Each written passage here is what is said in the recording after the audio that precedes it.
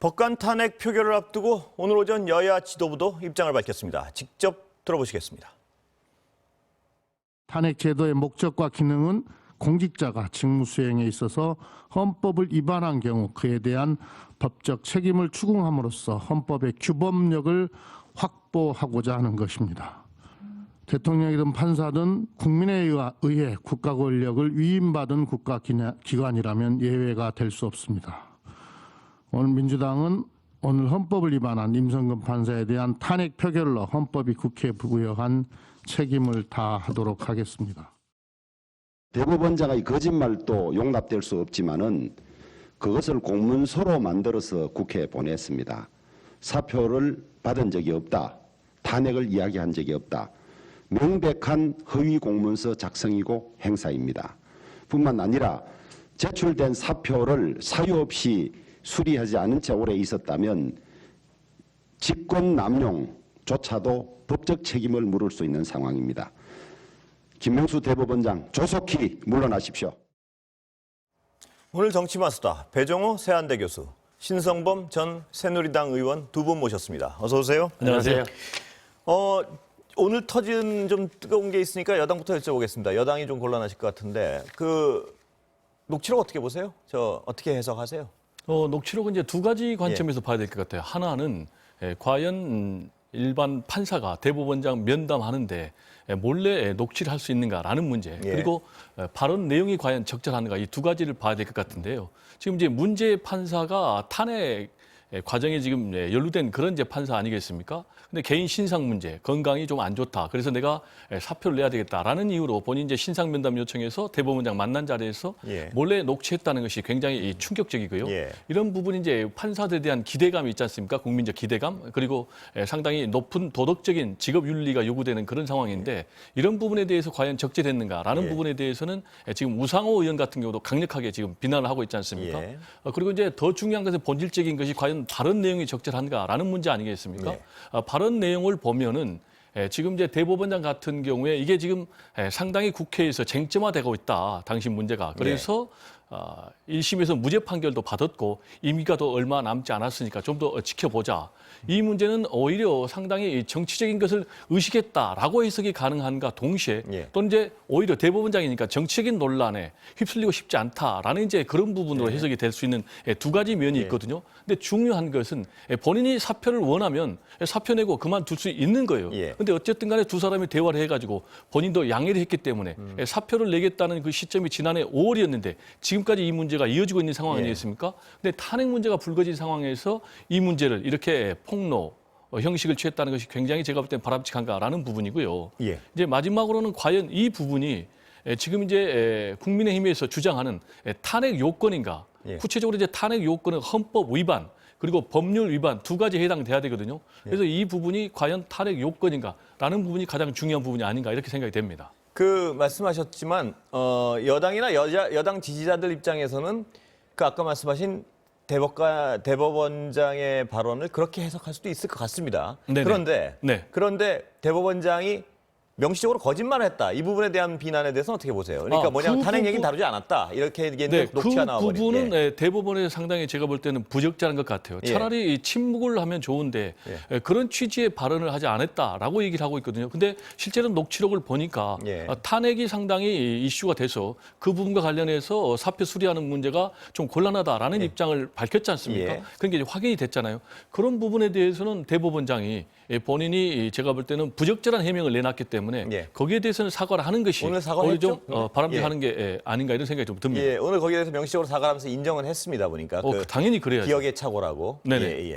자, 신 의원님 어떻게 보세요? 이 여당에서는 그 발언 자체는 아무 문제가 안 된다. 그거는 당연한 얘기다. 이런 말씀하셨고 또 사태 자체도 합의해서 미룬 것이지 그게 무슨 강요한 것도 아니고. 우선 전제될 것은 그 대법원장께서 기억의 착오라고 말씀하셨지만 결과적으로 거짓말입니다. 그리고 말하신 것도 좀 옹색하잖아요. 내 기억력 때문이다. 그런데 그걸 분명히 해야 되고 또 하나는 대법원장과 고등법원 부장이 어찌됐건 면담을 하는데 녹음을 할 정도로 법원의 분위기가 뭔가 이상하다라는 점은 또 분명한 거예요. 저도 적절치 않은 걸로 보는데 임성근 부장 입장에서 굳이 보자면 오늘 탄핵을 앞두고 있고 또 대법원장이 그런 말씀을 해서 공개적으로 해명을 하는데 사실관계 다른 것은 증명은 해야 되고 예. 어떻게 보면 저 궁지에 몰린 쥐가 고양이에 물듯이 이렇게 했다. 모양은 분명히 안 좋다는 예. 분명한 모양이 거예요. 안 좋다는 건 또 똑같이 다 아는 공감하신 거잖아요. 거죠. 근데 예. 대법원장도 저런 식으로 말씀하시면 정확 안 되는 거짓말 하신 거죠. 예. 뭐 어쨌든 하나는 또 그런데 대법원장 말씀의 취지가 뭡니까? 그러니까 아파서 내가 담낭 절제도 하고 신장도 안 좋아서 사표 냈습니다 이미. 그 대법원장 면담하기 전에 행정처 차장하고 처장한테 사표도 내고 보고했다는 거 아니에요. 예. 근데 대법원장의 말씀이 뭐냐면은 지금 임부장 사표 받으면은 지금 저쪽에서 탄핵한다 그러는데 예. 다시 말하면 정치권에서 좁히면 여당 쪽에서 탄핵 이야기가 나오는데 내가 사표 받으면은 당신 사표 받으면은 나가게 되면 사표 그 탄핵 대상이 없어지잖아요. 그럼 예. 법원에서 완전히 봐주고 사표 받았다 이런 내가 욕먹기 싫다, 예. 그 오해받기 싫다 이렇게 해서 사표 안 받겠다, 놔두겠다 이렇게 했다는 거 아닙니까? 예.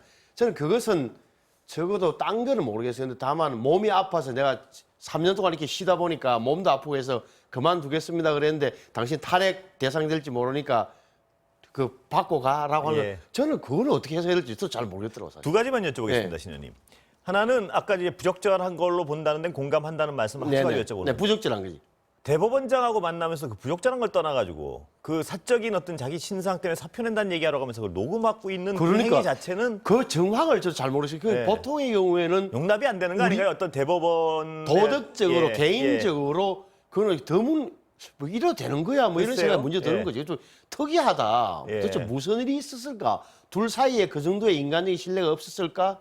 제가 있기로는 아마 사법시험이 두 기수나 아마 연수원에 두 기수나 세 예. 기수 차이 날 텐데 서로 잘 알 거예요. 그러면 왜냐하면 저 대법원장도 춘천 원장을 했고 그 전에 중앙지법이 있었고 또 임성근 부장도 아시는 대로 엘리트 코스를 밟았단 말이에요. 법원 행정처도 오래 있었고 서로 면식도 있고 할 텐데 대법원장과 고법부장 사이에 이런 식으로 서로 못 믿어서 아니 예. 임 부장이 못 믿었겠지. 예. 이렇게 대법원을 못 믿어서 이렇게 녹음을 했다.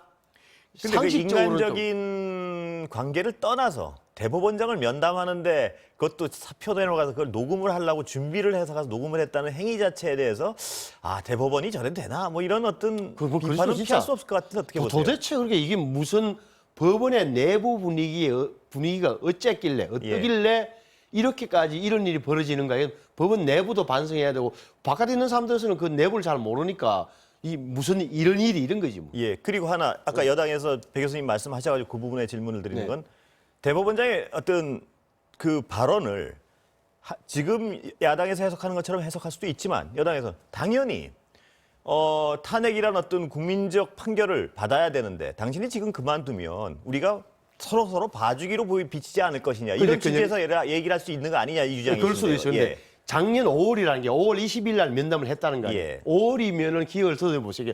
4월 끝나고 나서 여당 안에서 그때 겨우 이제 탄핵이야 좀 나올 때라고요. 예. 그러니까 탄핵 발의도 안 됐고 이런 상태는 이야기는 나왔지만 언론에 조금씩 보도되는 예. 정도인데 이걸 두고 몸이 아파서 그만두겠다는 사람을 갖다가 내가 오해받기 싫고 법원 전체가 욕먹을 것 같으니까 당신 사표 내가 못 받아주겠어라고 그게 하는 개인적으로는 좀 가혹한 일일 수 있지만 사법부 수장으로서는 이게 사법부의 신뢰를 위해서 좀 할 수 있는 발언 아닌가 이게 여당 주장 같은데요. 어떻습니까? 뭐 할 수도 있죠. 예. 할 수도 있는데 그러니까 큰 개인적으로 문제되는 발언은 아닌 것 같다는 가혹하다 말씀. 이거죠. 예, 개인적으로는 가혹하지만. 네네.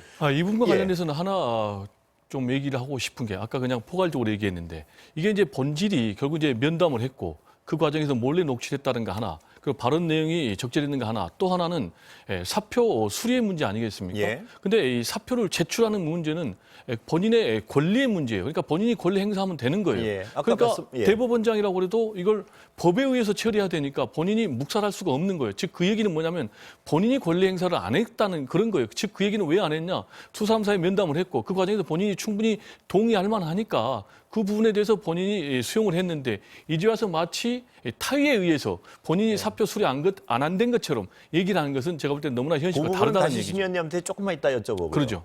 배 교수님한테 여쭤볼 분은 아까 여당이 해석하는 그런 취지의 발언이고 사법부를 결과적으로 위하는 발언이었다 쳐도 그런 취지의 발언이었다면 처음부터 말입니다. 그 녹취를 뭐 있고 없고 떠나서 처음부터 나 이러이러한 취지로 내가 탄핵 거론한 적 있어. 왜 이 얘기를 못한 걸까요? 그러면 약간 뭐 캥기는 게 있으니까 그 난 탄핵 얘기 하지도 않았다 뭐 이렇게 얘기한 거 아닌가요? 아니 야당 근데 입장에서 어쨌든 간에 예. 본인은 예. 정치적인 논란에 휩쓸리기 싫어서 예. 현실을 얘기했지만 그리고 이제 두 사람 사이에 제가 볼 때는 개인적인 관계 그리고 신뢰적인 관계가 있는 것 같아요. 그래서 예. 속을 흉금을 털어놓고 신뢰 속에서 얘기를 했는데 이게 이제 폭로하니까 그런 문제가 됐는데 예. 그 부분은 아까 제가 말씀드린 대로 본인은 정치적으로 휩쓸리기 싫으니까 그게 싫다라고 얘기를 한 것이 아닌가. 예. 그런데 뭐 그 이상의 문제는 없는 것으로 보입니다. 예. 네.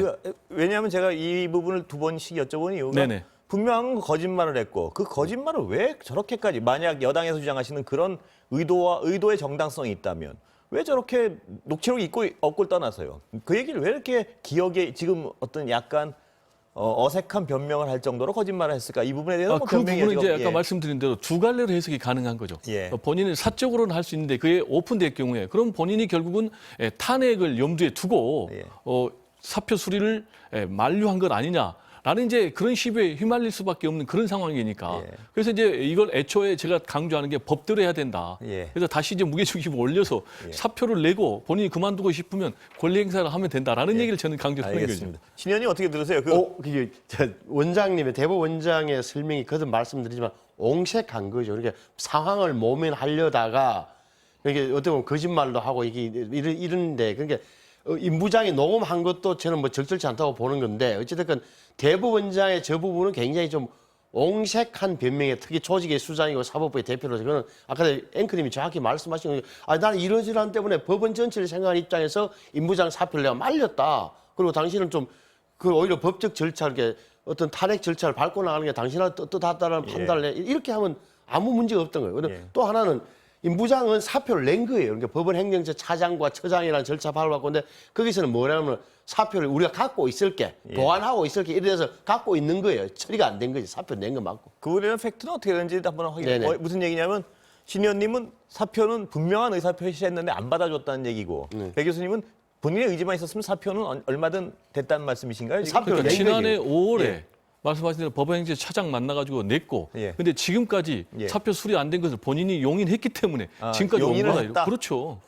그 부분은 뭐 팩트의 문제니까 뭐. 아니, 예. 팩트가 원래 그러죠. 법이라는 게 본인이 사표 내고 안 나오면 그만인 거죠. 예. 근데 본인이 나왔다는 건 용인을 수리를 안 했다는 할 수가 없는 부분이다. 거죠. 예. 네. 뭐 이 부분은 특별히 네, 뭐 저는 그럼 탄핵 자체에 대해서 한번 이제 투표가 지금 이루어지고 있으니까요. 네. 네. 조금 있으면 결과 나올 텐데 탄핵 자체가 지금 압력이란 얘기죠, 사법부에 대한 그 야당의 주장은. 예. 뭐 아니 야당이죠. 제가 갖고 있는 예. 상식으로 보더라도 이게 탄핵할 수 있어요. 법관도 탄핵하고 검사도 탄핵하고 예. 할 수 있는데 그거는 뭐 입법부와 사법부에 갖고 있는 견제 권한이에요. 상권 분립이라는 게 어차피 견제와 균형이니까 할 수 있다. 근데 이 사안 임성근 부장 이 사안이 과연 첫째는 탄핵거리냐 하는 문제. 예. 그래서 논란의 여지가 많지만 예. 적어도 제가 보는 견지에서는 임성근 부장 행위가 부적절했다. 예. 이게 재판부에 가서 어떻게 보면 임종원 위에 예. 임종원 법원행정처 차장의 요청을 받고 전화를 받고 부장한테 가가지고 이런 좀 감안해서 판결문에 넣으라고 이야기했다는 예. 거 아니에요. 재판관이 한 거예요. 예. 그래서 부적절했다. 그런데 이게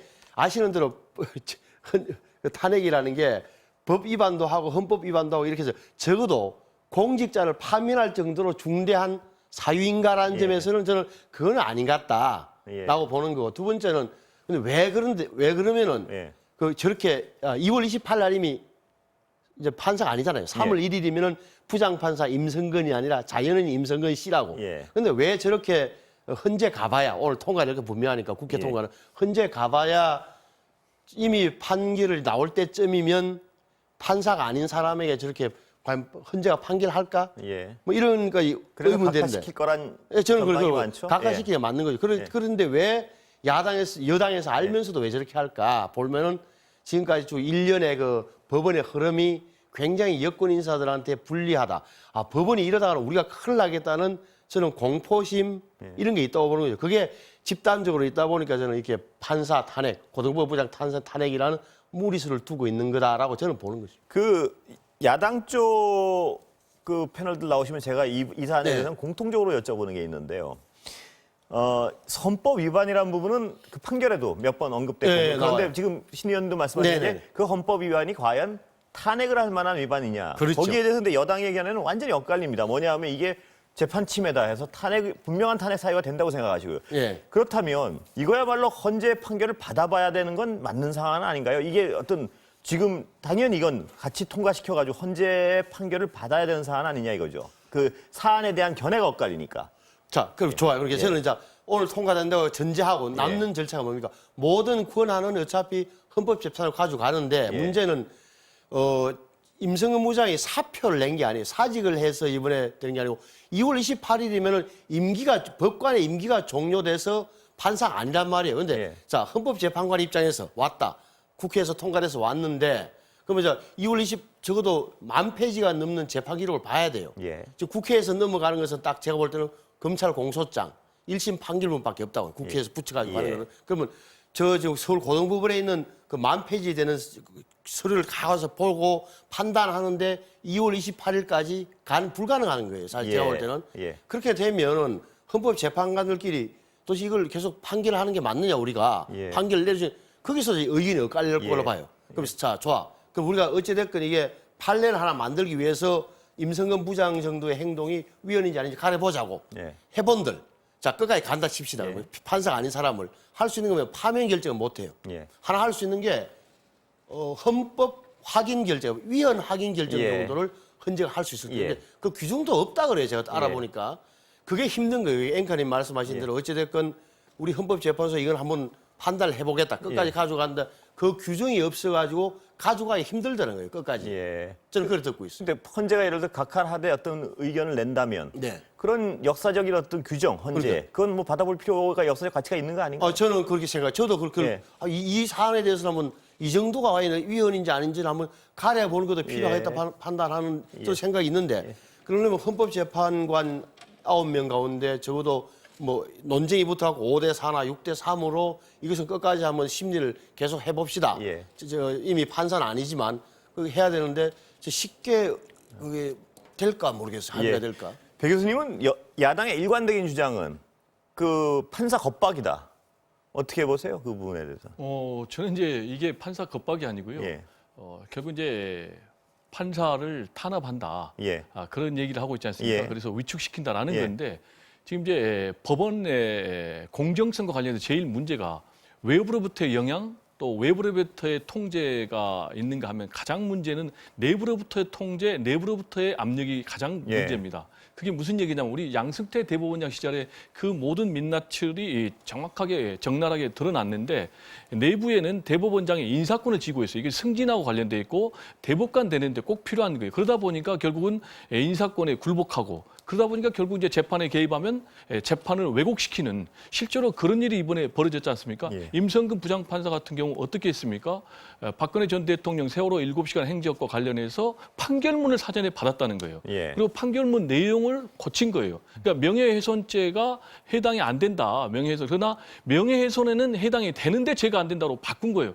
그러면 만약에 이게 일반인 누구나 해당이 될 수 있다면 이게 얼마나 심각한 문제 아니겠습니까? 그리고 1심 재판부에서도 직권이 있느냐 없느냐의 문제 가지고 직권남용죄가 해당이 안 된다라고 해석을 했지만 헌법 위반 행위, 재판의 독립을 침해한 그런 부분은 명백하다고 6번이나 언급을 했거든요. 그러면은 명백하게 헌법을 위반한 판사에 대해서 국회가 탄핵을 하는 것이 당연한 국회의 책무인데 이걸 안 할 경우는 제가 볼 때는 이것 또한 국회는 헌법 위반을 한 거다. 근데 이거는 탄핵 사유가 충분하고도 충분한데 이게 탄핵 사유가 없다라는 거는 정말 말이 안 되고요. 두 번째로 이제 시기의 문제를 얘기를 했거든요. 시기의 문제와 관련해서는 지금 여당이 좀 상당 부분 늦게 한 부분이 있어요. 그게 무슨 얘기냐면 2년 전부터 문제가 됐다면은 이 부분을 빨리빨리 했어야 되는데 왜 그럼 늦었느냐. 지금까지는 검찰 개혁에 초점을 두다 보니까 사법 개혁의 후순위에 밀린 거예요. 그러다 보니까 이제 2월 28일이면은 임기가 끝나는 거 아니겠습니까? 그래서 부랴부랴 지금 한 부분이 있는데 그렇다고 시기가 늦었다고 아까 제가 말씀한 대로 헌법에 명시된 국회 책무를 그러면 포기해야 되느냐라는 논리는 전혀 안 맞고요. 그리고 이제 실효성 문제예요. 지금 이제 신용가에서는 과연 헌법재판소에서 이 부분을 심리를 하겠느냐. 그 부분은 헌법재판소에서 판단하는 문제예요. 그러나 분명하게 헌법 위반 행위가 같기 때문에 이 부분이 이제 헌법재판소에 판단하면 되고 지금까지 이제 우리의 헌정 사상 한 번도 판사가 탄핵이 된 적이 없어요. 그게 가장 문제라는 거예요. 그러다 보니까 무소불위의 권력이 되고 성역이 된 거예요. 실제로 과거에 대법원장 같은 경우 유태응 그리고 또 신영철 대법관 같은 경우 다 결국은 한 사람 같은 경우는 부결됐고 한 사람 같은 경우는 아예 파기돼 버렸단 말이에요. 그래가지고 한 번도 판사가 탄핵이 안 되다 보니까 지금 판사 같은 경우는 본인이 지금 다른 사람에 대해서 판단만 하는 심판만 하는 일종의 뭐 무소불위의 신이 돼 버렸단 말이에요. 그렇기 때문에 사회 정의, 사법부 정의를 실현하는 차원에서도 이번만큼은 반드시 국회에서 탄핵 소추안까지 한번 가봐야 되는 문제가 있고 외국의 경우를 보면요. 지금 미국 같은 경우는 연방 대법관이 15명이 탄핵 소추안 절차를 밟아서 최종적으로 8명이 파면이 된 역사가 있어요. 그리고 일본 같은 경우는 굉장히 사법 후진국이다라는 평가를 받고 있지만 일본에서도 10명 가까이 이 법관이 탄핵이 된 그런 사례가 있거든요. 그런 측면에서 우리도 반드시 알겠습니다. 이번에는 사법 정의를 실현하는 그런 결론이 나야 되는 건 아닌가라는 제 개인적인 생각입니다. 신 의원님, 배 교수께서 하도 여러 부분을 지적하셔가지고 근데 하나하나 좀 구분해서 여쭤보면 일단 야당은 그게 과연 탄핵 사유가 되느냐 이 말씀을 하시는데 그런데 탄핵 사유가 지금 보면 판결문에 판사가 판사의 판결문에 직접 수정을 가할 만큼 개입을 한 이 사안이 어떻게 간단한 사안이냐 이 부분에 대해서 어떻게 생각하세요? 그러니까 그 1심 판결문에 위헌적 행위라는 게 나오는데 그 부분의 취지는 뭐냐면은 법관의 독립과 사법권 독립을 규정한 게 헌법 103조인가 있잖아요. 그러니까 법관은 양심에 의해 재판한다는 거죠. 심지어는 판사들은 위에 법원장이라든지 위에 뭐 수석부장 말 안 듣게 돼 있어요. 근데 이거는 제가 보니까 그러니까 거기서 재판에 관여한 것 자체가 임성근 부장이 위헌적 행위를 한 게 맞는 거죠. 그 법원 판결문에 나오는데 근데 이 위헌적 행위의 내용이 뭐냐고 보면은 그러면 그게 대상이 됐던 부장판사나 배석판사 둘이가 법정에 나와서 한 말이 이미 자기들 결론은 그 갓도 다스야 지국장에 대해서 무죄 행위를 이미 결론 내리고 있었는데 선배 법관의 조언 내지 이런 걸 의견 제시로 받아들였다는 대목이 나온단 말이에요. 그러니까 이 사람들이 위에서 압력을 넣어갖고 내가 판결문 고친 게 아니에요. 그 말은 아니란 말이에요. 그러니까 그 위헌 정도가 약하다고 보여지는 거고 이 정도를 가지고 그러니까 다시 말하면은 그 헌법재판소에 가서 위헌 판결이 나오겠다 했을 때 우리가 기억나는 게 노무현 대통령 때도 보면은 노무현 대통령이 법을 안 어긴 게 아니라 법은 어겼지만 헌법도 위반했지만 대통령직을 그만둘 줄 사안이 아니다 해서 기각됐단 말이에요. 역시 임부장도 이런 거 봐서는 행위는 굉장히 그 잘못됐지만 다시 말하면은 적절하 부적절하지만 이게 위법과 그 헌법재판소에 가서 적어도 판사를 그만둘 정도로 면직할 정도 사안 아니라고 보이시는 거고 말씀하셨는데 진짜 그 재판 판사 탄핵되는 게 처음입니다. 그러니까 처음이라는 건 그만큼 조심스럽다는 건데 왜 조심스럽냐면은 바로 판사와 재판의 독립 때문에 사법 독립 때문에 그만큼 꺼려 했던 거죠. 뭐 다시 말하면 그만큼 절제돼서 행사돼야 되는 건데 이번에 보면은 민주당에서 하는 거 보면 급하게 했잖아요. 1년 전에 판결 나왔죠. 임성근 부장이 판결 나온 게 작년 2월이라고 2월. 1년 지났어요.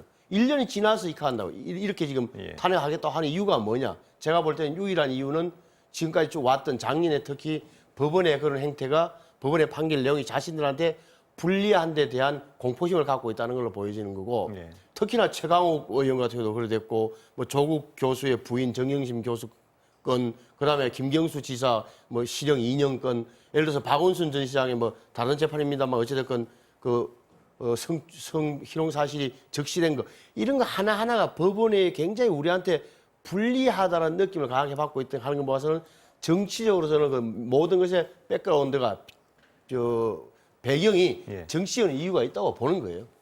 그 판사가 판사를 판결하거나 사법적으로요. 그때 공평하지 않다. 이건 좀 저래도 되나 하는 판결이 있다는 사실 자체에 대해서는 신 의원님도 인정하시는 건가요? 예를 들어 기울어진 예를 들면 무슨 얘기냐면 일반인한테 엄혹한 잣대를 들어대든 판사들이 본인들에게는 굉장히 너무나 관대함을 넘어서 약간 왜곡되게 봐준다. 뭐 이런 제가 볼 때는 판사들은 그런 거 없는 것 같은데. 제가 볼 때는 그분은 안 여쭤보겠습니다. 예를 들어 오히려 제가 좀 이게 아는 판사들 보면 오히려 판사끼리 좀 가혹하다 그럴까? 그렇게 느끼죠. 제가 왜 그걸 여쭤봤냐면 아까 그 말씀하실 때 후배 판사들이 난 그걸 압력으로 안 느꼈다 할 때 같은 식구니까. 아니 그 부분은 같은 식구라서가 아니라 오히려 만약에 굳이 있다면 자존심 내지는 그런 거에서 내가 그러니까 압력이 실질적으로 느꼈으면서도 자존심이나 혹은 자존심도 좋고요. 자존심. 예, 근데 개인적인 어떤 판사 집단에 대한 어떤 보호 이런 것 때문에 그렇게 얘기할 수도 보호보다는 평소에 인간관계 예를 들어서 임성근 그 부장 행위가 다 가벼운 게 아니라 예. 그런 것 때문에 만약 그 판사들이 그런 말을 했다면 그 개입 자체에 대한 판단은 역시 헌재에서 판단을 해봐야지 자기들이 그 얘기는 어떻게 생각하세요? 그러니까 그러니까 권한은 최종 권한은 헌법재판소가 갖고 있는 그리고 거예요. 그게 중대하다는데 그 개입 자체가 그런 정도의 개입도 그러니까 그거에 어떻게 하겠어요? 근데 그건 넘어가서 뭐 헌재가 판단할 일인데 상식적으로 본다면 지금까지 헌재의 판결 기준인가 이거 볼 때는 적어도 우리가 탄핵 사유라는 게 있잖아요. 위헌 위법해야 되고 면직할 정도의 중대한 사유가 있어야 탄핵이 되는 거잖아요. 대통령이든 판사든 검사 누구나 마찬가지인데 이 사안은 그 정도 아니라고 보는 거예요. 그럼 뭐 아까 드린 말씀에 다시 반복은 안 하겠습니다. 그 뭐냐면 그 중대함에 대한 판단이 워낙 다르기 때문에 판단을 받자고 지금 하는 행위라서 그 부분에 대한 것은 여쭤보지 않겠습니다. 지금 표결 결과 나오면 좀 연결했다가 다시 여쭤보려고 하는데 아직 지금 이제 표결 결과가 곧 나올 것 같은데 나오면 좀 짧게 첨언을 좀 해야 될 것 같은데요. 말씀하시죠. 신 의원께서 뭐 자기의 의견을 얘기하는 건 제가 충분히 존경을 하지만은 아직 이제 헌법재판소에서 심리에 들어가지도 않았고 지금 아직 결과도 나오지 않았는데 헌법재판소의 결론을 미리 낸다는 것 자체가 제가 볼 때는 굉장히 성급한 거고요. 헌법재판소에서 최종적으로 어떤 결론을 할지는 몰라요. 심리 안건을 삼을지 안 할지도 모르지만은 헌법 위반 행위가 분명하기 때문에 국회는 국회 책무를 하고 또 헌법재판소는 헌법재판소에 책무를 하면 된다. 그리고 지금까지 절제를 했다고 그러는데 한 번도 안 됐다는 거거든요. 어떤 절제? 그러니까 지금 신 의원께서 탄핵 절차 지금 처음으로 밟고 있지 않습니까? 이것과 관련해서 절제를 했다고 생각하는데 한 번도 안 됐어요. 즉 이렇게 한 번도 안 된 것은 굉장히 국회의원들이 판사를 두려워하는 거죠.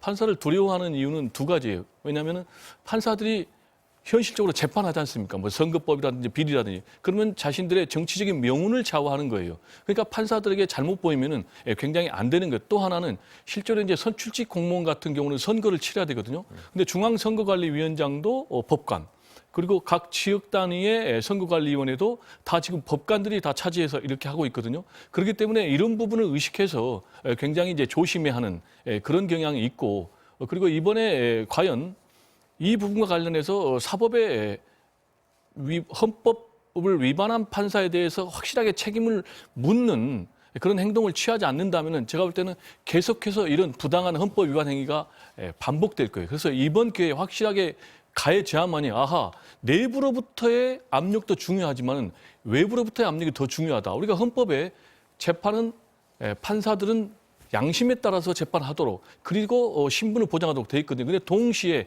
헌법을 위반한 판사에 대한 반드시 책임을 묻도록 탄핵하도록 돼 있거든요. 그래서 이번 기회에 확실하게 저는 책임을 묻는 그런 행동을 국회에 해야 된다라는 입장입니다. 신 의원님 혹시 첨언하실 거 이제 우리 교수님 말씀이 맞아요. 맞는데 이제 이런 거죠. 그러니까 저는 이제 삼권 분립의 차원에서 그 입법부가 할 수 있다. 탄핵권을 갖고 있으니까 할 수 있다. 좋다 이게 좋은데 제가 보는 현지에서는 제가 갖고 있는 상식과 모든 걸 판단할 때는 이게 탄핵까지 나올 사안은 아닌 것 같다 예상을 하는 거고 하나는 또 절제됐다는 게 지금까지 안 했던 이유가 뭐 국회의원들이 겁을 냈다기보다는 제가 볼 때는 절제했다는 표현이 맞고 다시 바꾸어 말하면 그만큼 신중해야 된다는 거예요. 예를 들어서 국회에서 이렇게 권한이 있다는 이유로 법원 재판에 하나하나씩 이런 식으로 당신 위헌이야 아니야 이렇게 재판이 탄핵이 늘어나기 시작하면 결국 뭐 남는 것은 그 판사들이 입장에서는 뭐 신경 많이 쓸 수밖에 없는 거고 그러면 뭐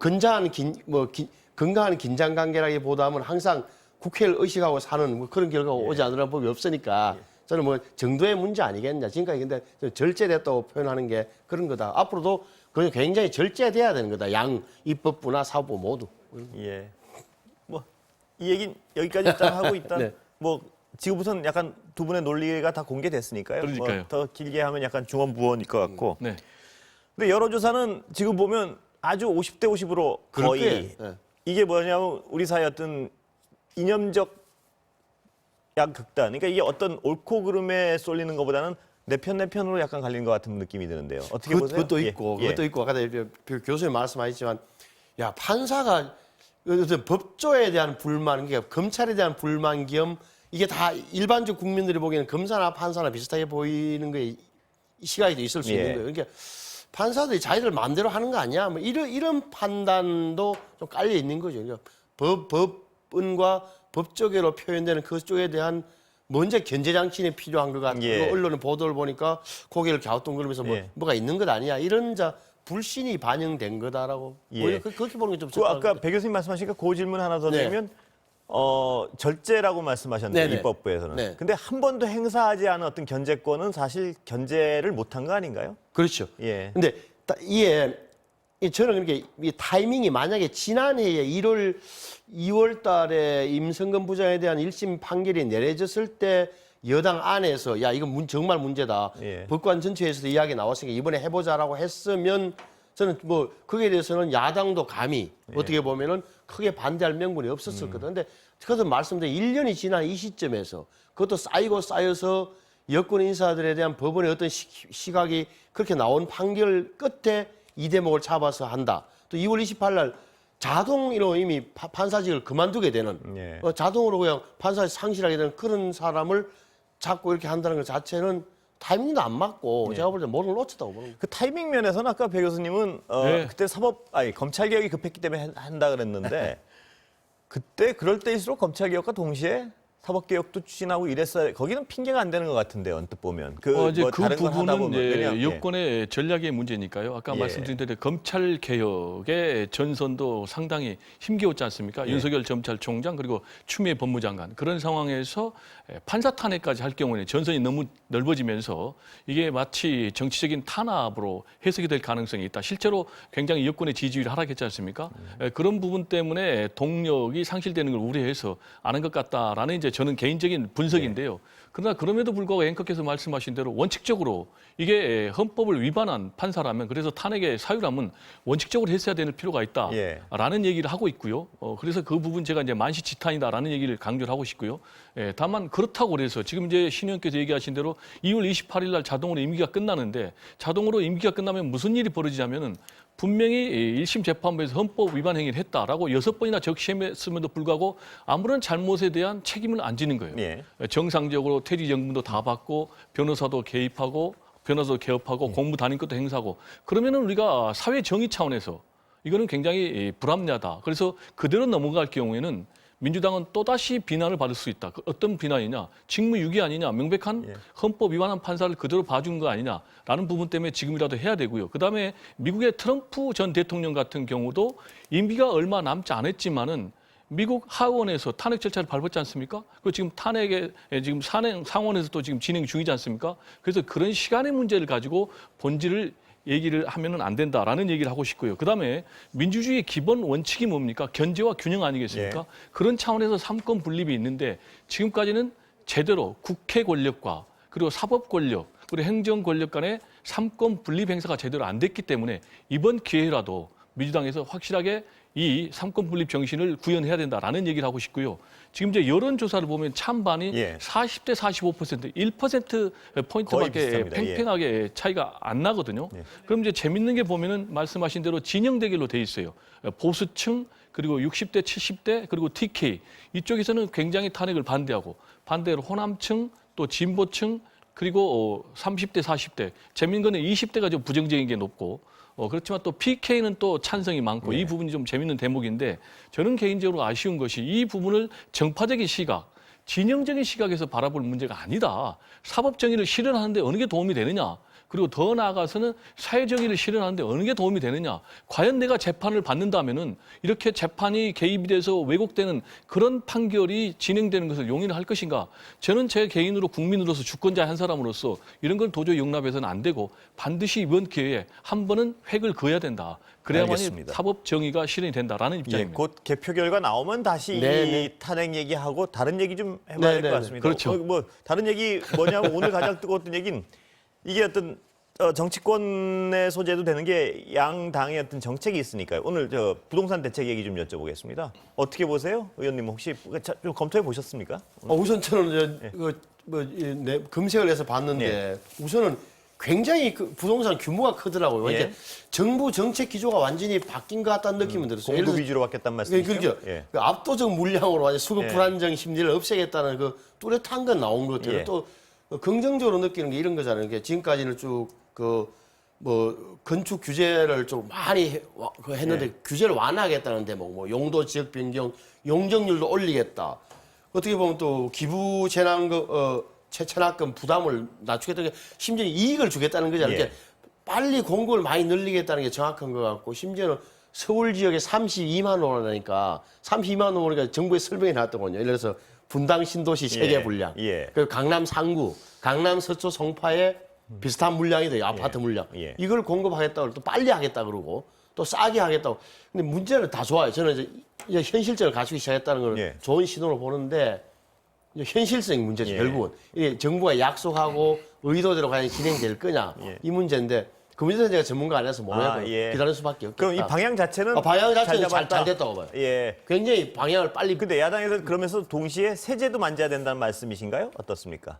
그 구체적인 건 뭐 세제라든지 이런 게 구체성이 나와야 되겠죠. 예를 들어서 뭐 지금 재개발 그런 지역에는 이미 외지인들이 많이 들어와 있는데 3분의 2 뭐 찬성을 받는다든지 이런 구체적인 문제가 남아 있을 텐데 저는 세제도 손을 봐야죠. 이 하는 김에 세제까지 손을 봐가지고 공급이 완벽히 공급 위주로 가든지 해야 되는 건데 방향은 잘 잡았는데 현실성은 잘 모르겠다. 방향에 대해서는 오늘 잘 나왔다고 잘한 거예요. 뭐 시장의 그걸 힘이랄까 이걸 겨우 인정하면서 그나마 수정을 한 것처럼 보여요. 백 교수님 어떻게 보세요? 시장의 힘을 가장 중요한 게 시장의 반응이죠. 그리고 이제 시장의 긍정적인 반응을 유지하기 위해서는 시장에 확실한 메시지, 시그널을 던져야 되는데 그런 측면에서는 저는 바람직하다고 봅니다. 지금까지는 이제 현 문재인 정부의 부동산 기조가 수요를 억제하는 그런 위주 아니었습니까? 그러다 보니까 공급이 좀 부족하다.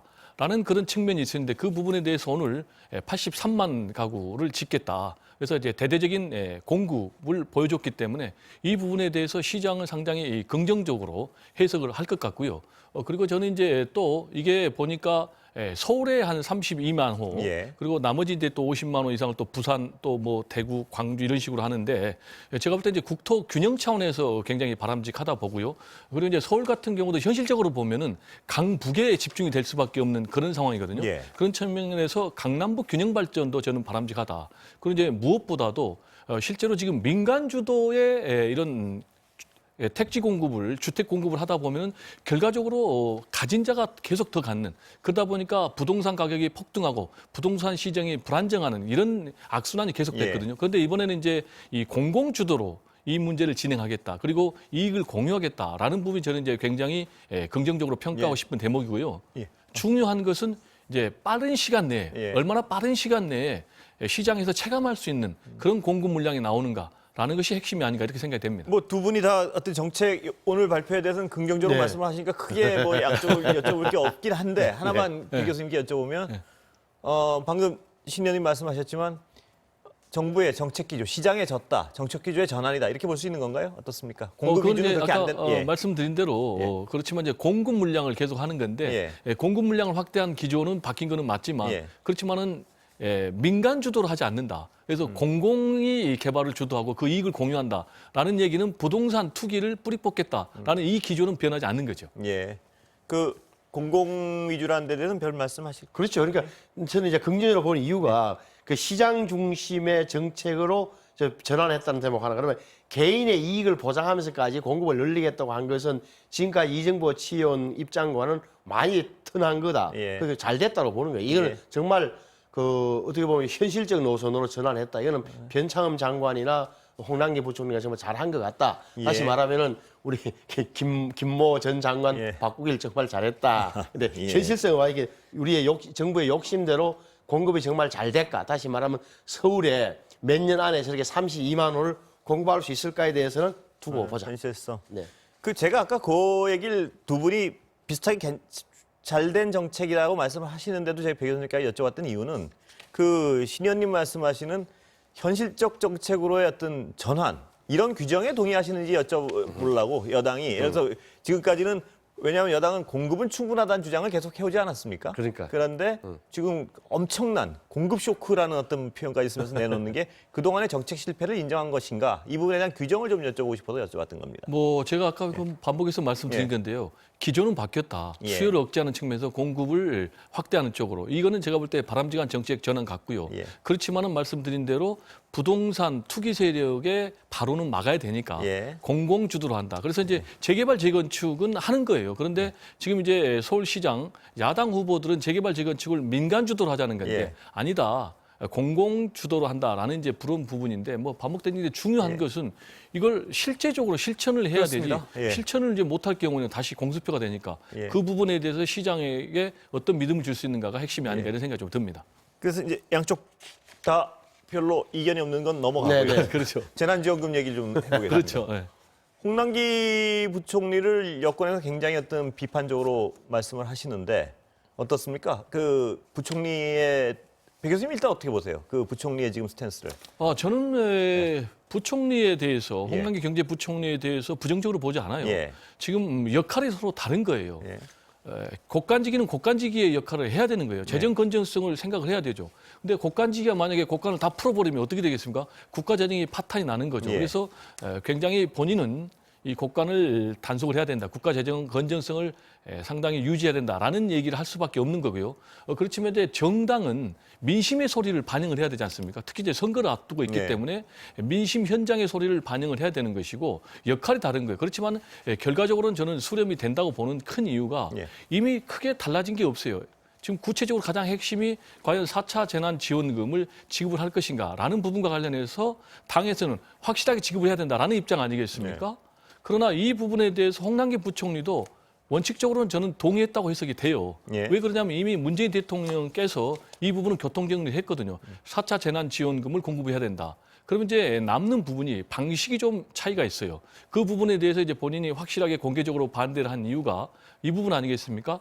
맞춤형 지원과 또 보편적 전 국민 지원 동시에는 안 된다라는 얘기거든요. 이 부분과 관련해서는 이낙연 대표 같은 경우는 두 개를 다 해야 된다라는 얘기인데 동시에는 이낙연 대표도 안 할 거예요. 그러면 동시에 하지 않는다면은 결국은 이 부분도 강론에 들어가면 그렇게 두 사람이 차이가 나는 입장이 아니거든요. 예. 그럼 이제 마지막으로 남는 부분이 이 규모예요, 규모. 예. 그럼 규모에 관련해서 대략 한 20조, 더 많게는 이제 30조까지 하거든요. 그렇지만 이제 지금 국간지기 입장에서는 현재만 해도 한 956조 올해 적자가 예상이 되고 만약에 20조만 가면 이제 976조가 되니까 대략해서 전체적으로 한 1,000조 가까이 육박이 된다. 예. 그리고 당초 이제 40% 국가 채무 비율이 마지노선인데 올 연말 가면 48%까지 껑충 뛰어오른다. 라는 얘기를 할 수밖에 없어요. 그래서 이제 규모를 가지고 막판에 이제 삿바싸움을 할 가능성이 있기 때문에 이런 입장을 내놓은 것 같은데요. 여기서 이제 가장 중요한 것은 지금 이제 코로나19 국난이라는 굉장히 특수한 상황이라는 거죠. 그럼 비상한 시대에는 비상한 대응이 필요하고 지금 이제 미국 같은 경우는 뭐 2,000조를 푼다는 거 아니겠습니까? 그리고 사업자들, 임대 사업자 이제 임대하는 저기 임차인들 같은 경우에 뭐 소규모 영세 자영업자 또는 소상공인 이런 사람들 같은 경우에 지원금이 지금 미국은 우리보다 10배를 더 준다는 거 아니겠습니까? 그런 상황에서 지금 국가 재정 건전성을 보면 상대적으로 우리 같은 경우에 미국은 지금 120%거든요. 그러니까 48% 간다고 해도 상대적으로 우위에 있기 때문에 지금 IMF라든지 이런 데서도 확장적 재정 기조를 굉장히 권고하고 있는 이런 상황이기 때문에 일단 재정 건전성도 중요하지만 더 중요한 것은 국민이 생존해야 된다. 그런 측면에서 저는 이 부분에 대해서 좀 과감한 지원이 필요한 것이 아니라 이런 입장입니다. 말씀하신 대로 국간직인 국간직의 역할이 있고 정당은 정당의 역할이 있고 뭐 청와대는 청와대의 역할이 있겠죠. 그렇습니다. 그런데 네. 국간직이 행정부 쪽에 있는 분이 어떤 그런 이견, 정책적 이견을 페이스북 같은 데다 올리고 그래서 비난을 받고 여권에 좀 흥분하고 하는 것 같은데 그 행위 자체는 어떻게 보세요? 그 부분은 본질이 아니니까요. 예. 말씀하신 대로 그걸 좀 아니 그게 본질이 아니고 간단한 부분은 아닌 게 왜냐하면 그럼으로써 어떤 당정 간의 이견으로 노출이 되고 일반 국민들한테 한쪽에서 무리하는 거 아니야 이런 어떤 불신을 주게 되고 정책에 대한 이거 간단한 문제는 아닌 것 같은데 그런 행위 자체는 그렇게 이루어져도 되는 건가요? 어떤 경제 수장이나 이런 분들의? 저는 어떻습니까? 개인적으로 찬성합니다. 물론 이제 당정 협의를 거쳤지만은 당정 협의 과정에서도 김태년 원내대표하고 고성이 오고 가고 난리가 났다는 거 아니겠습니까? 그럼 이제 본인이 왜 이걸 공개적으로 밝혔을까? 그것과 관련해서는 기재부도 역할을 다 하고 있다라는 걸 이제 국민들에게 전달하는 거 아니겠습니까? 그리고 저는 이게 굉장히 건전한 그런 그런 모습이라고 보는 게 예. 또 건강한 당정 관계를 보는 게 마치 뭐 당과 또 정의 수직 상하 관계는 아니지 않습니까? 그건 아니죠. 본인들 입장을 예. 얘기하고 결국 이제 이런 부분이 어떤 과정을 통해서 정리가 되느냐가 굉장히 중요한데 아시겠지만 개인적으로 이낙연 대표하고 홍남기 부처는 특수관계예요. 예. 그게 무슨 얘기냐면 본인이 국무총리 할 때 국무조정실장을 했거든요. 그리고 경제부총리 될 때 이낙연 때 총리가 강력하게 전거리에서 됐거든요. 그런 특수관계임에도 불구하고 본인이 공개적으로 여기에 대해서 어느 정도 입장을 밝혔다는 것은 그만큼 기재부도 역할을 한다. 라는 것을 강조한 것이기 때문에 그 정도는 우리 정치가 예. 수용할 수 있는 그런 여유가 있어야 된다. 또 하나만 더 얘기하면 예. 그러니까 지금 여당에서도 사퇴하라라고 얘기하다가 일부에서 아니다. 나왔잖아요. 예. 이거의 본질은 예. 얼마나 당의 리더십을 발휘하는 거냐. 예. 이게 본질이다라고 했기 때문에 이 부분은 과정이다. 알겠습니다. 저는 그렇게 해석을 하고 싶습니다. 신 의원님 어떻게 보세요? 이게 건강한 긴장이다 이런 표현인데. 뭐 건강한 긴장일 수도 있고 그런데 예. 중요한 거는 제가 볼 때는 민주당에서 이 홍남기 부총리를 대하는 방식, 예. 뭐 다루는 방식이라 그럴까? 다룬다 표현, 대하는 방식. 그다음에 전체적으로 보면은 이 공무원들을 대하는 방식, 태도가 굉장히 제가 고압적이에요. 예. 제가 볼 때 왜냐면 그게 바탕한 것은 나는 선출직이야. 우리는 선출직이야. 네. 국민의 권한을 위임받은 사람들. 우리의 주도로 해야 돼. 당신들은 따라와. 예. 정책을 만들란 말이야. 우리가 큰 방향을 주면은 돈도 이렇게 하고 이런 건데 제가 볼 때 이건 안 맞는 게 이게 조심스러워. 공무원들을 잘못하는 거예요. 공무원은 헌법에 규정돼 있어요. 공무원은 정당이나 정파나 정권에 책임지는 게 아니에요. 헌법에 나와 있어요. 예. 공무원은 국가 전체에 대한 봉사자이다. 국민에 대해 책임진다. 다시 말하면은 정권은 어느 정권이 들어서든 어느 정파가 들어서건 어느 정당이 정권을 잡건 간에 5년이면 끝나고 10년이면 끝나지만 대한민국이 존재해야 된다고 보면 공무원은 그럴 만한 책임을 국민 전체에 지는 거예요. 예. 그렇다면 제가 볼 때는 그 영역을 인정해 줘야 되는데 신 의원님 잠시 지금 네. 아까 탄핵안 발표하고 있는데 그거 듣고 다시 네네, 여쭤보겠습니다. 한번 현장 연결해 볼까요? 네.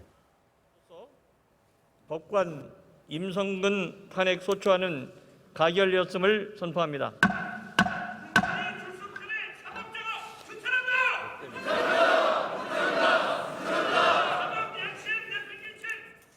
예상했는 한 대로 이제 탄핵안은 가결됐는데요. 그게- 이게 때문인지는 지금 저희가 딴 말씀하느라고 지금 못 들었는데 곧 네. 속보가 들어온 대로 말씀을 드리겠습니다. 자, 이 얘기 아까 예, 그러니까 예. 요약하면 그래 저는 홍남기 부총리가 저런 입장을 하는 저 페이스북에 쓸 정도면 오죽 답답했겠냐. 예. 내부에서 그리고 여권 전체적으로 정부와 여당 사이에서 도저히 자기 틈이 없으니까 저렇게 대국민 하소연을 하는 거로 보여주는 거고 저는 뭐 이 당이라는 게 어느 정도 뭐 저도 겪어봤습니다만 항상 정부에 대해서 특히 선거 앞두고는 예. 돈 내놔라 돈 풀어야 된다 하지만 지키는 것은 저 사람 업무고 그 공무원의 숙명이죠. 자기들 예. 지켜내야 돼요 정부에 대해서는. 지켜내야 되는 돈을 많이 주면 좋지만 최종적 그러니까 큰 줄기의 정책의 최종 결정권을 부총리가 가져도 되는 건가요? 근데? 부처는 가져야죠. 그 부분을 갖는 그렇습니까? 거예요. 예. 네. 방향과 이 철학에 대한 예. 논쟁은 있을지언정 예. 책임은 저 사람이시기 때문에 정당에는 책임이 없잖아요. 저 책임이 있습니까? 거기에 이견이 있으실 것 같아서 예. 저는 그렇게 예. 생각 안 하는데요. 예. 지금 이제 이 문제가 당정 간의 문제는 아니에요. 예. 당정청의 문제죠. 잠시만. 예, 이 투표 결과 예. 찬성 179표, 반대 102표. 저 표수가 가지는 어떤 그 별로는 의미가 있죠. 의미가 있죠. 있다는 부분부터 잠깐 들어볼까요? 예. 왜냐하면 지금 161명이 공동 발의했지 않습니까? 예. 그런데 179명이니까 지금 몇 명이 늘었습니까? 18명이 늘었지 않습니까? 그러면은 민주당의 24명이 이 공동 발의를 안 했거든요. 그러면 예. 민주당 공동 발의 안 한 24명 중에 상당 부분 내지는 거의 대부분이 이 찬성표를 던졌다는 얘기거든요. 예. 무기명 비밀 투표니까 우리가 확인은 안 되지만은 그럼 이제 찬성표를 던진 거는 두 가지일 거예요. 하나는 지금 뭐 친문 핵심 지지자들로부터 강력한 항의에 직면했다라는 것. 그리고 본인들은 공동 발의를 안 했지만은 원칙적으로 이 부분은 확실하게 찬성을 해야 된다. 왜냐하면 사법 정의를 실현해야 되기 때문에 저는 이제 이 결과를 놓고요. 결국은 우리나라 헌정사상 사법 정의를 실현하는 하나의 첫 쾌거가 이루어졌다. 그래서 앞으로 이 일을 계기로 해서 법관들이 재판을 가지고 더 이상 거래하거나 왜곡하거나 그렇게 좀 안 했으면 좋겠고 정말 법관의 양심에 따라서 재판을 좀 해줬으면 좋겠습니다. 예. 신 의원님 이 해석에 동의하십니까? 저 숫자에 대한 해석. 뭐 숫자는 뭐 저도 많이 많네요. 그러니까 찬성이 훨씬 많고 근데 뭐 찬성은 뭐 통과되리라는 것은 거의 기정사실이었으니까 큰 의미는 저에게는 별로 없는 것 같고, 근데 본질은 안 변하는 게 본질. 이 사건의 본질은 그게 국회에서 자 판사 탄핵하는 거 좋아, 권한이 있어. 근데 제 말은 계속 반복되지만 그러면 왜 신 의원님 말씀을 여쭤볼 때마다 이 약간 끼어들게 생기는지 모르겠는데 전화 지금 연결이 돼 있어요. 네네, 그 결과에 대한 그렇게 하겠습니다. 리포트 좀 듣고 다시 여쭤보겠습니다. 조금 전 국회 본회의에서 임성근 판사에 대한 법관 탄핵 소추안이 가결됐습니다. 이제 국회가 탄핵 소추 의견서를 헌법재판소에 제출하게 되면 사상 최초의 법관 탄핵 심판이 시작됩니다. 국회에 나가 있는 김재경 기자 연결하겠습니다. 김재경 기자 전해주시죠. 네, 국회가 조금 전 임성근 판사 탄핵 소추안을 가결했습니다. 국회 헌정 사상 처음 있는 일입니다. 탄핵 찬성표를 던진 국회의원은 모두 179명인데요. 탄핵 소추안 발의 당시 서명한 161명보다 18표 많았습니다. 애초 법관 탄핵에 부담을 느끼는 기류도 감지됐지만 더불어민주당 이낙연 대표 또 김태년 원내대표도 찬성 의사를 밝히면서 사실상의 당론이 됐었죠. 여기에 본회의 직전 민주당 의원총회에서 당 지도부가 다시 한번 탄핵 표결로 국회의 책무를 다하자는 의견을 밝히면서 더 많은 의원들이 임성근 판사 탄핵 찬성에 합류한 것으로 보입니다. 임성근 판사의 탄핵 사유는 세 가지입니다. 세월호 7시간 의혹 제기로 재판을 받은 일본 산케이 신문 가토 지국장의 판결에 개입해서 명백한 명예훼손이자 박근혜 대통령을 조롱한 행위라는 청와대 의견이 반영되도록 했고요. 또 쌍용차 집회와 관련해 기소된 변호사들에 대한 재판에서도 판결문 표현을 지적하며 개입했고, 프로야구 선수 도박 사건을 재판에 회부하겠다는 담당 판사의 판단을 막았다는 겁니다. 오늘 국회가 탄핵 소추안을 의결했지만 아직 헌법재판소 결정이라는 절차는 남아 있습니다. 현재 임성근 판사는 2월 말이면 판사복을 벗게 됩니다. 이 때문에 보수 야권에선 그때까지는 탄핵 여부가 결론나지는 않을 거고, 따라서 2월 말이 지나면 헌재가 탄핵을 각하할 것이다, 이런 주장을 펼치고 있습니다. 참고로 박근혜 전 대통령의 탄핵은 헌재 결정까지 92일이 걸렸습니다. 하지만 여당은 탄핵 대상자는 사직이나 해임이 안 된다는 국회법 134조를 들어서 헌재 판결이 좀 늦어지더라도 임성근 판사는 판사 신분으로 헌재 탄핵 심판을 받게 될 것이다, 이렇게 반박하고 있습니다. 국회를 통과한 임성근 판사 탄핵 소추안은 오늘 오후 5시쯤 헌법재판소에 제출될 예정입니다. 공은 이제 헌법재판소로 넘어갔습니다. 국회에서 MBC 뉴스 김재경입니다. 자, 신 의원님 아까 저도 까먹었어요. 까먹었는데 어찌됐건 제 본질적인 문제라고 제가 하는 이유가 자, 국회는 권한을 갖고 있다. 다시 한번 법관이나 판사나 검사를 탄핵할 수 있다. 뭐 대통령도 탄핵했는데 누굴 못하겠습니까? 근데 저 사안 자체는 임성근 부장의 저 위헌적 행위 자체가 과연 탄핵당할 정도로 그게 잘못한 거냐, 위법 사항이냐, 정말 탄핵할 때 잘못한 부분에 대한 생각은 다를 수 있다. 저는 그게 아닌 것 같다고 보는 거고. 그래서 제가 보기에는 상식적인 판단을 하는 헌법재판 가면은 각하될 가능성이 높다고 보는 거예요. 저는. 또 하나 근거가 예를 들어서 이 정도 사안이면은 국회에서 좀 진지하게 오랫동안 차분하게 논의를 했어야 돼요. 아까 뭐 1년 전에 판결을 말씀드렸습니다만 이번에도 법제사법위원회에서 조사도 하고 국회 차원에서 뭐가 붙어야 된다. 그런데 이탄희 판사가 탄핵안을 소추안을 내고 나서 그러니까 심지어는 내용도 나오기 전에 뭐 도장을 많이 받으러 다녔다는 대목. 그러니까 미리 많이 서둘렀다는 거예요. 미리. 그 하나 있는 거고. 그래서 다시 돌아가면은 아까 제가 정치적인 자꾸 배경이 있다고 설명드리는 이유가 이런 거잖아요.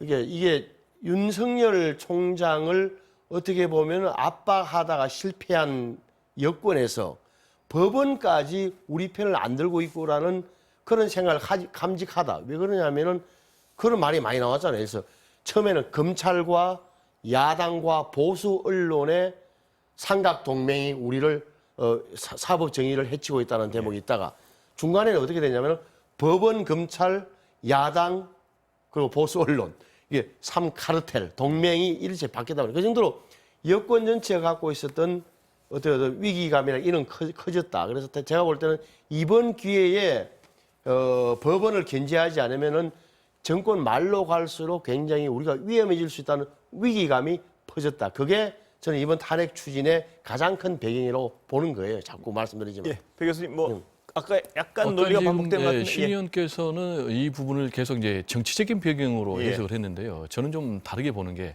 만약에 지금 민주당이 이렇게 강력하게 판사 탄핵을 밀어붙여가지고 탄핵 소추안이 가게 됐지 않습니까? 그리고 이제 헌법재판소 절차를 밟겠지 않습니까? 네. 그러면 과연 법원, 판사들이 민주당에 대해서 좋은 감정을 가질까요? 제가 볼 때는 굉장히 적대적 감정을 가질 것 같아요. 예. 그러면은 민주당에는 손해라고 저는 생각을 합니다. 그렇지만 이 부분도 아까 계속해서 저하고 이제 서로 논점이 다른 부분이 이거는 국회의 책무고예요. 그리고 우리 역사상 한 번도 탄핵 절차를 제대로 밟은 적이 이번이 처음이기 때문에 이 부분이 해야 된다. 그리고 이제 실제로 지금 이제 판사 같은 경우는 탄핵 외에는 책임을 물을 방법이 없어요. 예. 그게 무슨 얘기냐면 지금 이제 판사는 내부 징계법에 따라서 징계를 할 수가 있습니다. 예. 그렇지만 최대 정직 1년밖에 안 되는 거예요. 예. 그래서 이 부분과 관련해서는 확실하게 책임을 물어야 될 필요가 있다는 얘기를 하고 싶고요. 예. 그리고 무소불위의 권력을 행사한 거는 사실이에요. 예. 아시겠지만 다 지금 판사 같은 경우 결국 이제 범법을 해서 재판에 기소된다 해도 그 유무죄를 판단하는 게 지금 판사들 아니겠습니까? 예. 그러니까 제 식구 감싸기를 하는 거예요. 지금 이제 14명 사법농단 관련해서 기소가 됐지만 대부분 지금 무죄를 받고 있고 대략 전망하기는 뭐 양승태 대법원장이라든지 이런 사람들 빼고는 한 90% 이상은 무죄를 받을 것이다. 라는 이제 그런 얘기가 지금 지배적이거든요. 또 플러스 지금 우리 사회에서 판검사 같은 경우는 영장 기소율이 어떻게 되냐면요. 일반인 같은 경우는 30에서 40% 됩니다. 평균. 그러나 검사 같은 경우는 0.1%. 그리고 판사 같은 경우는 0.2%밖에 안 되거든요. 그러면은 왜 똑같은 사법 절차를 거쳐야 되는데 예. 판검사들은 일반인들에 비해서 300분, 400분의 1밖에 안 되는 영장 기소율이 해당이 되는가? 이런 부분만 봐도 우리나라에서 지금 법치주의가 제대로 행사가 되지 않고 성역화된 부분이 분명히 있다. 그 대표적인 집단이 판사와 검사다. 따라서 지금 검찰 개혁도 대대적으로 진행이 되고 있지 않습니까? 거기에 비해서 상대적으로 지금 사법 개혁은 제대로 안 됐기 때문에 이 확실하게 탄핵 절차를 거쳐서라도 사법 개혁을 해서 사법부를 바로 세우는 알겠습니다. 그런 계기로 살아봐야 된다라는 게 제 개인적인 생각입니다. 하나하나 뭐 4가지 정도를 말씀하셔가지고 제가 끊어서 여쭤보겠습니다. 예. 교수님 말씀 중에 다양한 측면이 분명히 있는데 예. 예를 들어서 그 사법 행정권 남용 사건이잖아요. 그게 좀 객관적 표현이고 예. 사법농단이라 하는 것은 좀 편향적인 건데 양승태 대법원장 시절에 판사들이 뭘 잘못했다. 법원 예. 행정을 중심으로 했는데 예. 이게 왜 무죄가 많이 나오냐면 예. 사실 좀 더 객관적으로 보면은 검찰이 수사를 과하게 한 거예요. 다시 말하면 당시 윤석열 중앙지검장하고 한동훈 차장팀이 그 법원을 아주 쑥대밭을 만들어 놓은 거예요. 제가 들어보면은 예를 들어서 판사가 검사 앞에 가서 조사받는 거 어떻게 받을 것 같습니까? 제가 들어보니까 이런 게 판사가 조사받으면 검사가 3명이 앞에 앉아 있어요. 예. 제가 직접 조사 예, 예. 받거나 해본 사람 이야기 예. 들어보니까. 그러니까 아주 그리고 이 판사분들이라는 사람들이 평생 위에서 앉아서 판결만 해봤지 조사를 받아본 적이 없어가지고 술술술 다 불게 된다는 거예요. 예. 다시 말하면 어떤 일이 있었다 아니면 법률적으로 이게 안 맞다는 이야기까지도 해가면서. 예. 그런데 그 정도로 당시에 그 중앙지검 수사팀, 그 윤석열 지검 총장과 한동훈 참사팀이 검사들이 굉장히 혹독하게 법원을 탈탈 튼 거예요. 털다 보니까 무리한 기소가 많았기 때문에 지금 판사가 판사를 재판하는 과정에서 제가 볼 때 봐주는 게 별로 없어요. 왜냐면 그때 지금 그 주력 부대들은 대부분 다 지방에 있던 부장님들이나 이렇게 해서 올라와서 그 법원 행정처에 있던 이른바 잘 나가는 판사들, 엘리트 판사들을 재판하는 결과라고요. 그렇게 봐줄 이유도 없고 법원 분위기가 제가 볼 때 그런 건 아니에요. 법원 전반적인 분위기가 판사가 판사를 봐주면 오히려 티난다고. 그래서 굉장히 냉정하게 하는데 무죄가 많이 나오는 이유, 검찰의 무리한 기소 때문이라는 예. 점은 좀 그 상식적이죠. 사법행정권 남용에 대한 어떤 판결은 그렇고요. 아까 네. 다른 부분을 제가 좀 여쭤보고 저 메모해놨는데 민주당은 이 어떤 지금 야당은 이거를 굉장히 정치적으로 해석하지만 민주당은 이러면 판사들이 적대감을 가질 것이기 때문에 불리해질 걸 뻔히 알면서 개혁 작업에 나서고 있는 것이다. 이 주장에 대해서 그건 저는 판사들이 안 해서 잘 모르겠는데 예. 어째 그럼에도 불구하고 큰 그림은 국회의 입법권을 갖고 있는 국회에서 사법부를 이렇게 적극적으로 지금까지 절제해왔던 걸 적극적으로 견제하는 순간 제가 판사를 우리도 판사라면 예. 이 판결 내가 잘못하면은 뭐 나중에 탄핵될 수도 있겠는데 국회에서 문제 생기지 않을까라는 생각을 먼저 할 거 아니에요. 그 긍정적인 측면도 있어요. 예. 판결 조심해야지 정말. 예. 하지만 이게 결과적으로 그것만 있을까요? 제가 볼 때는 오히려 국회를 더 여의도를 쳐다보게 되는 거죠. 예. 그러지 않을까요? 난 그러니까 그게 그 상식적으로 더 부분은 맞은 아까 것 제가 같아요. 여쭤봤던 네. 부분이 뭐냐면 네. 말씀하신 그런 기능도 있을 수 있지만 여태껏 신 의원님이 계속 절제라고 표현하시는데 한 번도 행사된 적이 없는 절제는 절제가 아니고 그냥 그건 없는 기능이 될 수 있다는 말씀인 예. 것 같습니다. 예. 보니까 여당은. 그래서 어떤 이견이 있으면 이견이 있으면 예, 거기에 대해서 판단을 받아보고 판단 받아보고 탄핵안도 그래. 넘기고 이런 예. 어떤 선례가 마련돼야 된다는 얘기 같습니다.만. 예. 그 부분 맞아요. 예. 옳은 이야기야. 제가 볼 때 한치에 저는 뭐 반론도 제기할 수 없어요. 그 부분. 근데 예. 이 사안은 다시 말해 원점으로 들어가면 이 사안이 임성근 판사의 부장 판사의 판사를 그만두게 할 정도의 뭐 그런 사안이냐, 중대한 위헌 위법 행위냐 이 부분에 대해서는 생각이 다르고 현재 넘어갔으니까 지켜봅시다. 제가 볼 때는 예. 제가 보는 견지에서는 그렇게 안 될 거다라고 예, 그건 지켜봐야 될 것 예측되는 거고 예. 그 결론적으로 할 수 있는 것은 굳이 가면은 위헌 확인, 헌법 위반 확인 결정을 받는 게 다할 거다. 근데 그것도 쉽지 않을 거라고 저는 예측합니다. 예. 그리고 아까 배 교수님 지적하셨다는 판검사는 무소불위의 권력이다. 무슨 얘기냐면 기소율이 일반인과는 현저히 낮다. 이거를 누가 뭘로 견제를 하겠느냐. 이건 탄핵은 역시 이런 거에 대한 어떤 맞아요. 예. 네, 맞아요. 예. 근데 그게 아닌데 제가 뭐 법관과 검사들을 제가 뭐 옹호할 이유도 없고 예. 하는데 상식적에서 보면은 그 사람들은 또 이런 것도 있겠죠. 법 전문가들이니까 뭐 자기 디펜스를 방어를 잘했거나 변호인을 잘 썼거나 논리 구성을 잘했거나 이런 측면도 분명히 있지 않겠습니까? 예. 제가 보는 견지에서는 적어도 우리가 지금 뭐 촛불 사태와 그다음에 이런 사법 행정권 남용 사건 이후에 또 검찰이 문제되고 김학의 차관 사건 이후에 제가 아는 견지에서는 법관 판사들이나 검사들이 저 정도 자기 절제를 안 하고 아니면 조심 안 하고 옛날처럼 한다. 저는 그런 분위기는 아니라고 봐요. 예. 지금 그거는 이제 그 단계를 뛰어넘었다고 보죠. 지금 신 의원님 쭉 하신 말씀 중에 하나 제가 좀 핵심 부분을 좀 첨언하고 싶은 게 지금 사법 행정권 남용이다라고 얘기를 했는데 그건 이제 굉장히 좋은 지적이에요. 예. 근데 임성근 그분이 부장판사인데 어떤 보직에 있었냐면은 서울중앙지법이면 이게 핵심 엘리트 예. 판사들이 가는 데 아니겠습니까? 그 중에서도 형사 수석 부장판사를 했어요. 그럼 형사 수석 부장판사는 뭔 역할을 하냐면은 서울중앙지법 지원장을 보좌를 해서 판사들의 평점, 고가를 매기는 거예요. 그리고 또 인사를 행사하는 거예요. 그러니까 지금 왜 그러면은 이동근 재판장이 그 압력을 들었을까라는 부분과 관련해서는 결국은 인사, 고가 이런 부분과 관련해서 이 부분에 대해서 압력을 수용을 해서 재판 결과를 왜곡을 했다는 것이죠. 그러니까 예. 이게 굉장히 심각한 문제라는 얘기를 저는 하고 싶고 그래서 이제 일반 뭐 평범한 판사의 문제가 아니고 예. 핵심 요직 판사의 행정권 남용이다. 예. 그래서 굉장히 이 부분은 헌법 위반에 해당되고 심대한 책임을 물어야 될 탄핵 사유라는 얘기를 좀 하고 싶고요. 하나하나 네. 좀 답변을. 그렇죠. 실은 지금 이 부분에 대해서는 어떻게 생각하세요? 그러니까 이게 왜 이 사안이 왜 도대체 헌법 위반 중에 중대하지 않다고 판단하시는지. 예. 그러니까 그 이제 상계의 갓도 다스야라는 특파원 이렇게 자기 지국장인데 뭘 썼냐면은 그 세월호 당일날 박근혜 당시 대통령이 7시간 행적이 묘연한데 정윤회를 만났다 이래 된 거예요. 예. 그게 7시간 밀회서를 일본 언론이 처음 이야기. 그 전에 우리 어떤 신문에서 한번 썼어요. 근데 그걸 갖고 이 갓도라는 일본인 기자가 썼단 말이에요. 예. 그렇게 명예훼손으로 기소가 됐죠. 근데 이제 이 재판 내 기록을 유심히 보니까 이 재판부 이동근 부장팀에서도 이거는 명예훼손은 인정된다. 그런데 비방 목적이 없었기 때문에 언론 자유를 측면에서 무죄다라는 결론을 내리고 있었다는 거예요. 자기들은. 근데 임성근 부장이 전화를 받고 다시 말하면은 그 임종원 차장의 전화를 받고는 청와대 입장에서는 무죄인 건 알겠는데 갓도 이 사람이 정말 행위가 잘못됐다는 것을 아주 뭐라 볼까 판결문에 명시해달라 예. 이런 거란 말이에요. 그걸 했다는 건데 그럼 중요한 게 이제 이동근 부장과 그 팀들 있잖아요.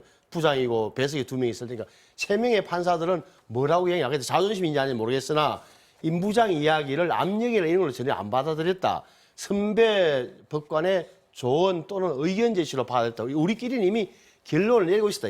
그럼에도 불구하고 잘못된 거예요. 예. 아까 말씀드린 대로 예를 들어서 판결을 먼저 받아본다 이런 거는 데스크를 보는 자기가 아니잖아요. 형사수석은. 예. 언론사람은 데스크를 봤다는 예. 이야기거든. 예. 근데 그건 아니다. 그게 잘못됐다는 거예요. 근데 이게 저도 부적절하다까지는 인정되는데 이게 판사를 그만두게 할 정도의 그 중대한 알겠습니다. 사안이냐. 그건 아니라는 데 이야기. 이 탄핵 얘기 진짜 이제 여기서 정리하겠습니다. 뭐 하실 논리들은 다 구사하신 것 같습니다. 양쪽에서. 예, 아주 지금 시간이 약간 길어지는 바람에 이 탄핵에 대해서는 앞으로 남는 게 그런 예. 말씀이지만 헌법재판소에서 어떻게 판결될지는 저도 누가 알겠어요. 예. 근데 보면은 근데 저 아까 리포트에서는 저 판사직을 유지한 채 저 헌법재판소 판결을 기다린다. 절차지는 그건 아니고 2월 28일이면은 자동적으로 판사가 아니게 된다니까요. 왜냐면은 판사 임기는 헌법상 10년이에요, 10년. 예. 그 10년마다 재임용을 해야 돼, 신청을 해야 되는데 이 양반이 재임용을 안 했어요. 신청 안 해서 3월 1일이면 판사가 아니게 되는 거예요. 그 팩트에 대한 부분은 제가 한번 확인해 보세요. 확인을 그걸 왜 그러냐면은 헌재에 그렇게 탄핵 소추되는 아까 동안에는 그 리포트가 그 내용이 아니고 제가 언뜻 기억하기에는 사표를 못 내게 된다는 이런 측면이거든요. 그랬습니까? 근데 사표 낸 게 아니라 자진 사표 낸 게 아니라 자동적으로 어떻게 보면 그 직을 그만두게 된다는 점을 말씀드리고 그런데 그든 말씀드리지만 뭐 어떻게 판결됐는지 모르겠지만 제가 볼 때는 재판관들이 모여서 이 사안을 어떻게 할 것이냐 처음 모여서 이야기할 때 계속 우리가 임성근 부장이 제가 볼 때는 이미 떨어진 다음인데 2월 28일 이후에는 계속 우리가 이렇게 판단하는 게 맞느냐 판단합시다 각하합시다라고 의견이 갈릴 때 제가 볼 때는 헌법재판관끼리 만약 손을 들어서 결정하고 한다면 5대4, 6대3 나올 사안이다 이 말이. 지금 이제 시간 문제를 얘기했는데요. 속전속결로 하면은 불가능하지는 않아요. 실제 선례도 있고. 재직 중에 판단을 28일까지. 2월 28일이니까 대략 앞으로도 뭐 20일 가까이 남았지 않습니까? 그러면 실제로요. BBK 특검법이 정당하냐라고 권한쟁의 심판이 있었거든요. 이때 14일 만에 헌재가 접수해서부터 결론까지 내렸거든요. 그리고 또 뭐 정당 후보자가 총선에서 왜 무소속 후보자가 왜 정당 후보자만 연설할 수 있고 무소속 후보자는 못하냐. 이거는 지금 헌법 위반이다라고 얘기를 하기 때문에 위헌 신청을 해가지고 이거는 18일 만에 결론을 내렸거든요. 그러니까 헌법재판소의 의지다. 그래서 이 문제 가지고 계속해서 뭐 마치 본질을 얘기할 필요는 없다라는 얘기를 좀 강조를 하고 싶습니다. 아니 근데 이게 왜 그렇게 시간이 걸 수밖에 없냐. 제가 보면은 절차가 예를 들어서 심리도 있고 변론도 해야 되고 그렇잖아요. 그러면 이게 아까 오늘 오후 5시에 넘어간다는 저기에는 국회가 헌법재판소에 보내는데 붙어 있는 게 검찰 기소장, 공소장 하나하고 1심 판결문이라고. 근데 지금 서울고법에 가면은 임성근 부장의 이 건에 대해서는 약 10,000페이지 정도의 재판 서류가 있어요. 이걸 헌법재판소에서 고등부분에서 촉탁 송부 보내달라고 해야 돼요. 그걸 보고 다시 판단하는데 물리적 시간만 하더라도 제가 볼 2월 28일이 넘어갈 가능성이 근데 신현님 말씀대로 그 기간이 넘어서서 자연인에 대한 판단을 하더라도 각하를 시키더라도 만약에 역사적 어떤 법률적 판단을 한다는데도 지대한 의미가 있다. 이게 어떤 지금 진행되고 있는 사안에 대해서 많은 분들의 의견 중에 하나인데 어떻게 보세요? 그게 이제 헌법재판관들이 결정할 사안이다. 제가 볼 때는 그것도 의미가 있다. 그런데 그래 해서 나올 수 있는 최대한 결론은 아까 말한 대로 헌법 위반 확인이다. 그것만 해도 역사적 의미가 있지 않느냐는 주장들을 여권의 상당 부분, 여권을 지지하는 분들의 상당 부분은 하는데요. 그럴 수도 있는 거죠. 그분에서 제가 찬반 따지는 거 아니고 저는 최대한 맥시멈이 그걸 거다. 근데 그러기에도 쉽지 않은 것 아니냐 이렇게 보는 거예요. 시간은 이제 거의 다 됐습니다. 그 선거 얘기는 한 번씩 제가 여쭤보고 지나가야 되니까요. 자, 국민의힘 제3지대 단일화 뭐 잘 돼 가는 거죠? 지금 국민의힘 입장에서는 어떻게 보면 이제 가는 길이 좀 명확해진 거죠. 그러니까 그 안철수 예비 후보 국민의당 대표께서는 그 국민의힘 제1야당 국민의힘이 주최하는 플랫폼에 올라가서 같이 경선합시다라고 했는데 김종인 위원장이 그건 안 된다고 했으니까 어떻게 할까 망설이다가 금태섭 전 의원께서 이제 잘 이야기한 거잖아요. 그러면 지금은 이제 김종인 비대위원장께서도 별다른 이견이 없는 거죠, 지금 상태에서. 그렇죠. 금태섭 의원하고 안철수 대표가 이른바 제3지대 단일화가 이제 이번에 되겠죠. 되면 다시 국민의힘 후보는 언제 선출됩니까? 3월 4일 날 선출된단 말이에요. 지금은 이제 4명, 내일 2월 5일 날 4명으로 줄여서 4명 가운데 1명을 3월 4일 날 선출하게 되면 그분과 적어도 안철수, 금태섭 성자 간의 단일화는 이루어진다. 따라서 가는 길이 명확해졌다. 자, 백 교수님, 이 정도면 금태섭 의원은 범야권 후보가 되는 게 기정사실 같은데요. 근데 박영선 지금 전 장관, 박영선 후보는 안 와야 된다 이런 말씀을 하셨단 말이에요. 어떻게 보세요? 어떠니 그 상황에 대해서. 박영선 전 장관의 선거 전략이 저는 굉장히 맞다고 봅니다. 그렇습니까? 왜냐하면 지금 우상호 의원은 반대를 하고 있지 않습니까? 서로 두 사람의 입장의 차이가 있어요. 우상호 의원은 왜 그러냐면은 본인은 경선에서 이겨야 되거든요. 예. 그러려면은 친문 핵심 지지자들의 마음을 잡아야 되니까. 왜냐하면 친문 핵심 지지자들은 금태섭에 대해서 뭐 배신자다, 굉장히 부정적인 생각을 하고 있거든요. 예. 그래서 여기에 대해서 나를 세우는 거고. 그럼 이제 박영선 전 장관은 왜 포용론을 주장을 하느냐? 근데 제가 궁금한 건 보듬어야 한다는 표현이었던데. 그렇죠, 포용론. 예. 네. 폭넓은 어떻게 민주당. 품습니까? 지금 저 범야권 후보가 되는 게 기정사실 같은데 어떻게 품어야 되죠?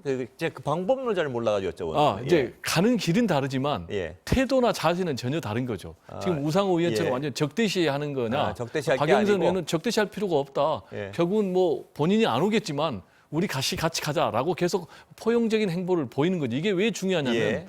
지금 아까 전략이 다른 게 박영선 전 장관 같은 경우는 본인이 경선은 충분히 이길 수 있다라고 생각을 한 거예요. 지금 실제로 여론조사도 10%포인트 이상 큰 차로 지금 우상호 의원을 이기고 있는 그런 상황이거든요. 그러면 결국 이제 본인이 본선 경쟁력을 가져야 되는데 본선 경쟁력에서 중요한 것은 민주당 지지층만 결집하면 한계가 있고 플러스 중도층, 무당파를 잡아야 되거든요.